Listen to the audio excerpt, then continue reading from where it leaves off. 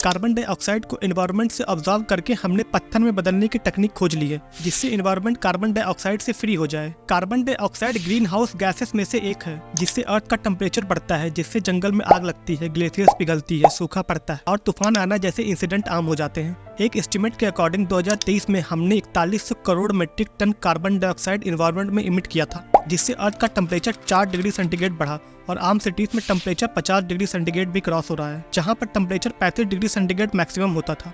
Humans ने इस सदी में काफी तरक्की कर ली है। अब हम मार्स और प्लूटो जैसे प्लैनेट तक पहुंच गए हैं और यूनिवर्स के अंत छोर तक देखने के लिए नए तरीके के टेलीस्कोप बना रहे हैं। मेडिकल की फील्ड में भी हमने काफी नए इन्वेंशन किए और 5 से 10 सालों में इलेक्ट्रिक व्हीकल्स की होड़ में भी आगे निकल चुके हैं। इस तरह ह्यूमन हिस्ट्री में हमने बहुत बड़े बड़े इन्वेंशन किए हैं, पर इन इन्वेंशन को आम लोगों तक पहुंचाने के लिए इनका प्रोडक्शन हमने बहुत बड़े लेवल पर किया, जिसके लिए हमने फैक्ट्रीज लगाए और इन फैक्ट्रियों को चलाने के लिए बहुत सारे एनर्जी का यूज किया, जिसके लिए हम डीजल, पेट्रोल, कोयले को बर्न करते रहे। इस तरीके की फ्यूल एनर्जी को बर्न करने पर मास लेवल पर कार्बन डाइऑक्साइड निकला, जो एनवायरनमेंट में जाके स्टोर हो गया। पहले जंगलों के लाखों पेड़ 60 से 70% कार्बन डाइऑक्साइड को अब्जॉर्ब कर लेते थे, पर अब हमने अपने फायदे के लिए 30% जंगल को ही खत्म कर दिया है और 2080 तक 60% जंगल काट दिए जाएंगे। कार्बन डाइऑक्साइड को अब्जॉर्ब करने के लिए हमारी लास्ट स्कोप जंगल थे, पर ह्यूमन की वजह से वो भी एक्सटिंक्ट हो रहे हैं। इन्हीं कारणों की वजह से कुछ सालों में एनवायरनमेंट में कार्बन डाइऑक्साइड इतना बढ़ा कि अंटार्कटिका की 40% आइस पिघल गई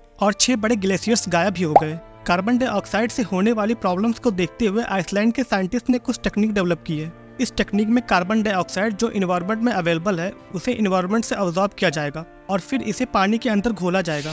जैसे सोडा बनाने के लिए कार्बन डाइऑक्साइड को पानी के अंदर घोलते हैं और फिर इस वाटर में घोले कार्बन डाइऑक्साइड को जमीन के नीचे स्टोन में इंजेक्ट कर दिया जाएगा, जिससे स्टोन वाटर में अवेलेबल कार्बन डाइऑक्साइड को अब्जॉर्ब कर लेगी और इस तरह कार्बन डाइऑक्साइड एनवायरनमेंट से अर्थ के अंदर चला जाएगा, जहां पर वो स्टोन फॉर्म में स्टोर रहेगी। इस तरह कार्बन डाइऑक्साइड को एनवायरनमेंट से हम कम कर सकते हैं।